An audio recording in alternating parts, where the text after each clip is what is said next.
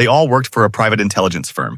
But one day, while the CEO was in a private meeting with Artie Vance, the CEO's entire family was murdered in their suburban estate. Artie vanished without a trace. This led everyone at the firm to believe Artie was the killer. However, Jax Miller knew Artie was innocent because Jax was also at the scene that night, and he wouldn't help Artie because Jax was the one who pulled the trigger. It turned out that Jax had been selling company secrets, and the CEO had found out. To save himself, Jax led a hit squad to eliminate the CEO's family. But what Jax didn't expect was that after the hit, he couldn't find the physical evidence of his treason. That evidence had been snatched up by Artie, who had arrived at the house just moments too late to stop the massacre. To seize control of the firm, Jax framed Artie for the murder. He sent assassins to hunt him down, eventually believing he had successfully eliminated Artie during an operation in Eastern Europe 3 years ago. But this morning, while watching the news, Jax saw his old mentor, Artie Vance, on screen. He initially hoped it was a lookalike, but after having his hackers breach the police database, he confirmed the man was indeed the real Artie. Jax immediately disguised himself as a high-priced defense attorney and went to the prison to confront Artie. To his surprise, when they met, Artie didn't seem to know him. Artie had survived a headshot 3 years ago, resulting in total amnesia. Jax, however, was convinced it was a performance. To force Artie to hand over the evidence, Jax had his team plant incendiary charges in a local orphanage. He gave Artie a cold ultimatum. If he didn't get the location of the files within 8 hours, the building would go up in flames. Jax walked out, leaving a bewildered and terrified Artie in the interrogation room. As he exited the precinct, Jax stopped by an electrical room and lit a cigarette. When the hallway cleared, he jammed his lighter and the cigarette into the wiring to trigger a short circuit. He knew the firm's most lethal asset, Ghost, only needed a few seconds of chaos to slip out of police custody. Jax headed to the orphanage to monitor the countdown. Sure enough, his team soon spotted Artie on surveillance. The old man had returned to an antique clock shop and retrieved a hidden USB drive. But there was a complication. Artie had led a tactical police unit straight to the location. Desperate to get the drive back, Jax ordered his tech specialist, Echo, to deploy the drone swarm. With a swipe of Echo's tab, dozens of weaponized drones launched a suicide dive toward the police line.